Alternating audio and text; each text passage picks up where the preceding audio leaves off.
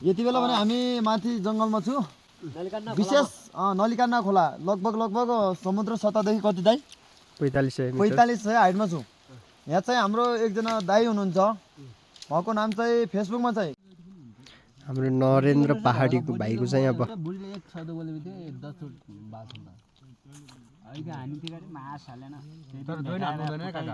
अब पूजा लाएर हामीले खानपिन बनाएर पनि अब खाँदैछौँ।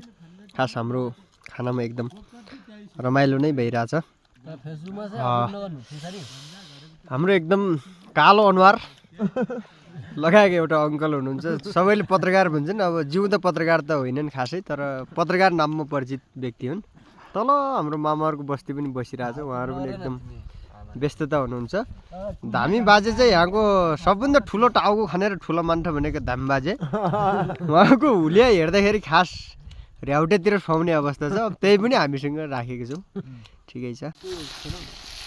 टमाटरको पानीले पकाउनुको लागि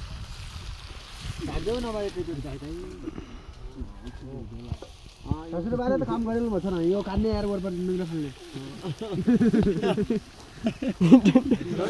काम गरी गरी यिनको काम त हजुर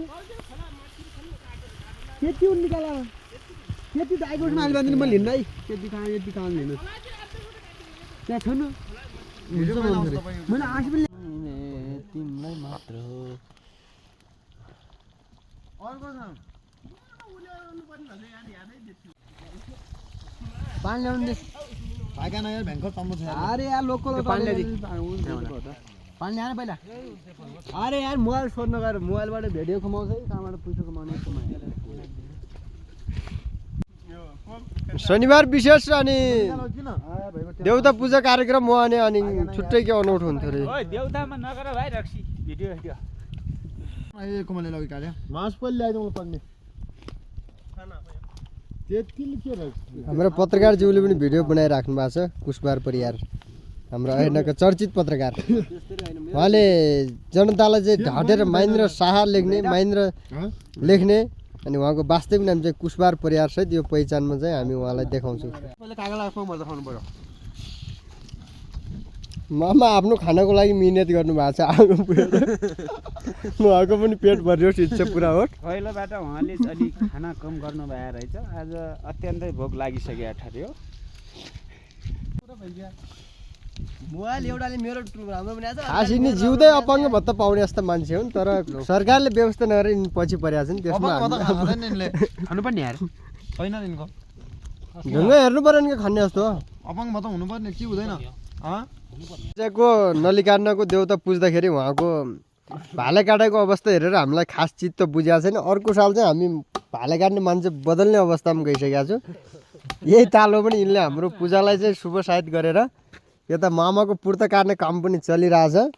यो कराइसराई अर्को हाम्रो धामी ठुल्दाई भन्ने चाहिँ यिनी चाहिँ अब चल्ला कुखुरा मासु खाँदैनन्, शुद्ध धामी भएको कारणले गर्दाखेरि अब उहाँको लसबस पनि हुँदैन। उहाँले निक्लै रोटा टाटाकीतिर चबाउनु भएको छ। हाम्रो भिनाको मिहिनेतले यतातिर यो टमाटर खुर्सानी प्याज काट्नु भएको छ। अब हाम्रो नरेन्द्र पहाडी काठमाडौँबाट आएर पनि यहाँ चल्लाको कलेजो खानुहुन्छ नपाएर, उहाँलाई पनि हामीले यो दृश्यमा देखाएका छौँ। ल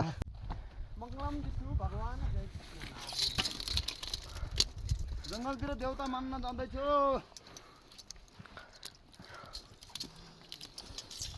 के छ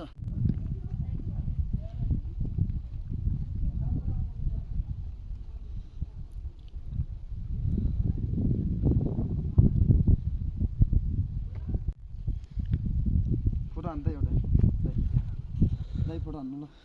तिनीहरूलाई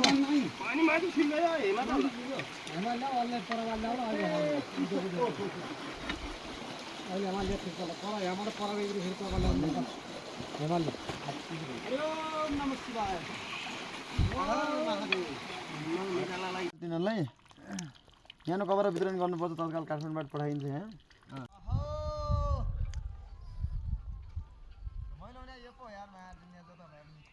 यो मामा रोजेको हो नि मामा झम्मका यिनीहरू एक दुई दिन माथि गए हन्दा पनि अलि हुन्छ वास्तै गरेर नानी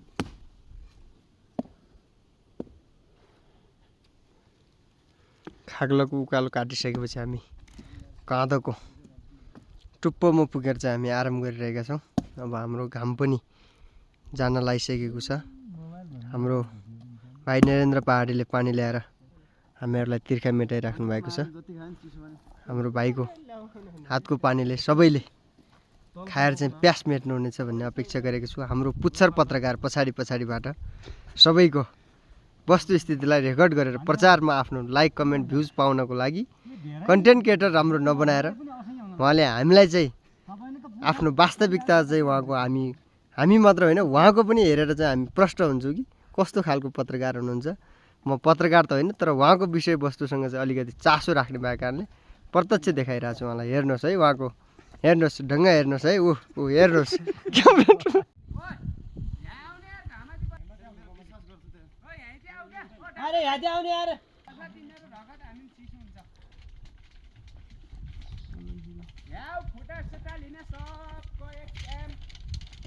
आयो ऊ व्यापार त सबै नाच अब यहाँ उता नाच्नु पर्यो एउटा गीत लगाएर माछा ध्यान दिएर हामीहरूको भिडियो बनाइराख्नु भएको छ।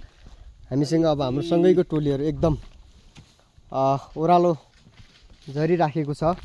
अब यो साथमा हाम्रा थुप्रै अग्रज व्यक्तिहरू पनि हिँडिराख्नु भएको छ। यति अप्ठ्यारो बाटो छ आउँदाखेरि हामीलाई यति धेरै उकालो लाग्यो, जाँदाखेरि हामीलाई आफ्नो भारीसँग यति ओह्रालोमा अप्ठ्यारो महसुस भएको छ। हामीलाई एकदम यो डर छ कि लड्छु कि भन्ने सबैजना एकदम सचेत भएर हिँडिराख्नु भएको छ। हामी हिँड्नुपर्ने पुग्नुपर्ने स्थान धेरै टाढा छ। अब हामी थुप्रैजना हिँड्दाखेरि धेरै यो डाँडो उताको देखिएदेखि धेरै तलको बस्तीहरूमा हाम्रो घरहरू छन्।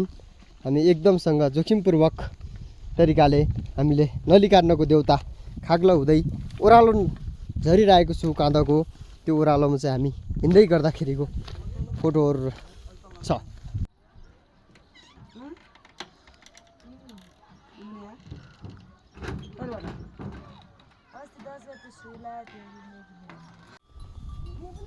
बारेकोट गाउँपालिकाको वडा नम्बर 1 को बस्तीहरू हामी र बारेकोट 6 का बस्तीहरू देखाइरहेका छौँ।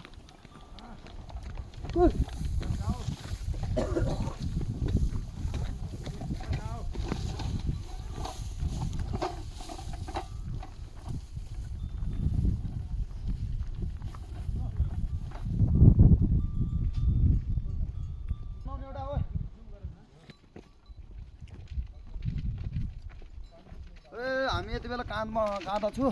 पत्रकार केही कन्टेन्ट नपाएर काँधमा रहेका दुईटा कुकुरहरूसँग खेलेर चाहिँ उहाँ भिडियो बनाइराख्नु भएको छ है। हेर्नुहोस् उहाँ नै हुनु महेन्द्र परियार को भारी हाम्रो भारी हेर्नुहोस् है। निगालाको भारी चाहिँ पत्रकारले चाहिँ टन्न मासु खाँदाखेरि उहाँले 5-7 वटा भाटा एकैचोटि बोकेर लिने प्रयास गर्नुभएको छ। अब बिना हाम्रो ठुलो बलियो भए पनि एउटा लिनुहुन्छ। हाम्रो पत्रकार महेन्द्र सरले चाहिँ यति धेरै लिनुभएको छ है। हेर्नुहोस् भिडियो देखाउनु पर्ने छ। हाम्रा सबै अग्रजहरू चाहिँ खाग्लोको उकालो काटिसकेपछि चाहिँ उहाँहरू गार गरेको रुख पुरानो बाजे पुस्तादेखिको यो रुखको छेउछाउमा आराम गरिराख्नु भएको छ। धेरै पुरानो विश्वासले गर्दाखेरि यो रुखमा धेरैजनाहरूको आकर्षक बढ्ने र एकदम रमाइलो ठाउँमा सबैजना आराम गरिराख्नु भएको छ। गार गरेको रुखको विषयमा चाहिँ हाम्रा चर्चित धामी हाम्रा बाजेले चाहिँ केही भन्नु त यो विषयमा गार गरेको रुखमा किन बस्छन् मान्छेहरू, किन यसलाई महत्त्व दिइरहेछन् यहाँ सबैले? महत्त्व भनेको यस्तो रुख पानी पनि छैन। हजुर यो 200 वर्ष पुरानो रुख हो। हजुर बुढा पाखा गाई पछि ल्याउने बेगमा त्यहाँबाट पहिल्यै यहाँ नआएको मान्छे पहिलो आयो भने यसलाई नमस्ते गर्नुपर्ने।